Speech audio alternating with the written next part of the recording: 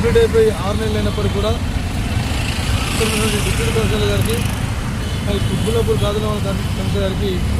ఎన్నిసార్లు కూడా కంప్లైంట్ ఇచ్చిన భారతీయ జనతా పార్టీ ఆధ్వర్యంలో అదేవిధంగా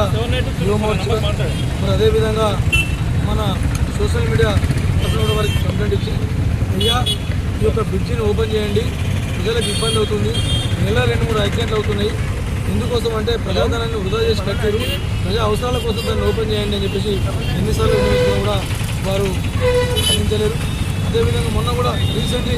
ఒక 20 days బ్యాక్ మల్లారెడ్డి గారి నేతృత్వంలో మల్లారెడ్డి గారు మరి నేను